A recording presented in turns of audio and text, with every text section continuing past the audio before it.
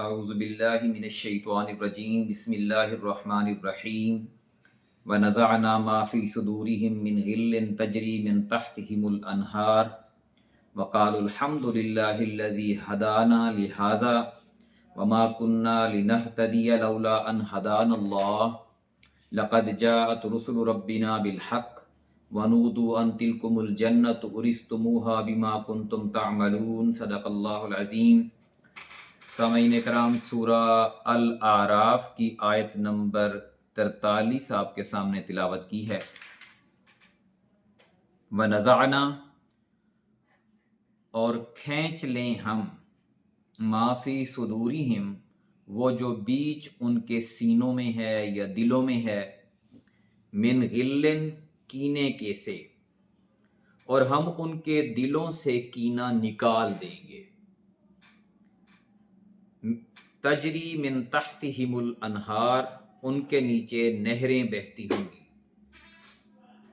یہ وہ تذکرہ ہے کہ جب مسلمانوں کو جنت میں ڈالا جائے گا، پل صراط کو عبور کریں گے، اور جنت میں داخل ہونے سے پہلے اللہ تعالیٰ مسلمانوں کا جو آپس میں کینہ ہے، جو ناراضگیاں ہیں، وہ جو ناپسندیدگی ہے ایک دوسرے کے ساتھ، وہ ختم کر دے گا۔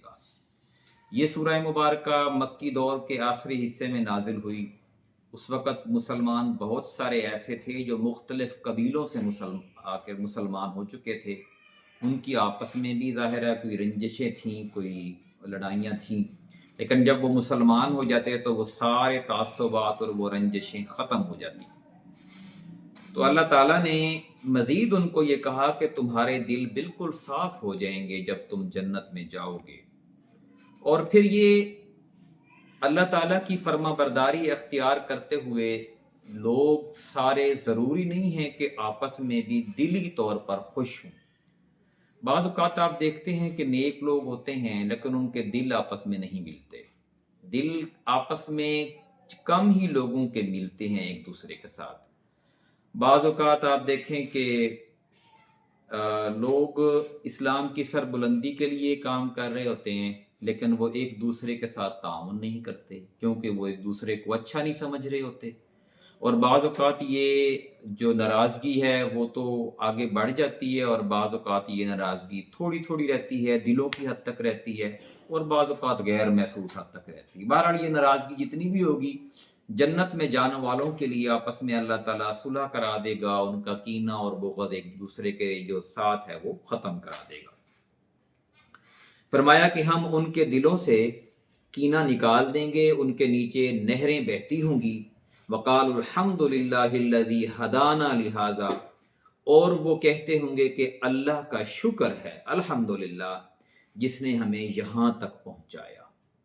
کہ جنت اتنا بڑا انعام ہے، اتنا بڑا مقام ہے، اتنی بڑی نعمتیں ہیں کہ انسان اپنی محنت سے وہ حاصل نہیں کر سکتا۔ اب آپ دیکھیں کہ ایک شخص کو پوری دنیا کا سربراہ بنایا جائے، کوئی پتا اس کے بغیر نہ ہلے نہ گرے، کوئی شخص اس کے بغیر نہ چل سکے، کوئی بھی اس کے حکم کے بغیر کوئی کام ہو نہ اور بگڑے نہ اور سنورے نہ، تو ظاہرہ اس کے لیے یہ بہت بڑا مرتبہ ہے۔ اور جنت تو اس دنیا سے بھی بڑی ہوگی ایک شخص کی، اور اس کے اندر جو جتنا انتظام ہوگا، اس کے اندر وہ پریشانی ختم ہو جائے گی۔ اس کی عمر جو ہے وہ 16 سال والی 18 سال والی ہوگی، جس میں نہ انسان تھکتا ہے نہ کوئی پریشانی ہوتی ہے، اور جو بھی وہ خواہش کرے گا وہ اس کو مل جائے گی۔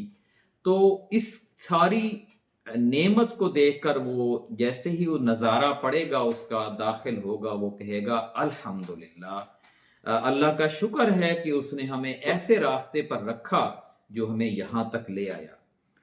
ایک اور بات بھی ہے کہ بعض اوقات اللہ تعالیٰ جن کو راہ راست پر لانا چاہتا ہے، ان کی نیتوں کے مطابق ان کی کمپنی ایسی بنا دیتا ہے کہ وہ اگر وہ برائی کر بھی رہے ہوں تو وہ چھوڑ کر اچھائی کی طرف آ جاتے ہیں، یا ان کا ایسے خاندان میں اللہ تعالیٰ ان کو جوڑ دیتا ہے یا پیدا کر دیتا ہے کہ وہ آٹومیٹیکلی اچھائیوں کی طرف چلتے چلتے جو ہے وہ اپنی منزل کو پا لیتے ہیں۔ تو یہ اللہ کا کرم ہوتا ہے جس کے ساتھ وہ کرتا ہے۔ تو جنتی جب دیکھیں گے کہ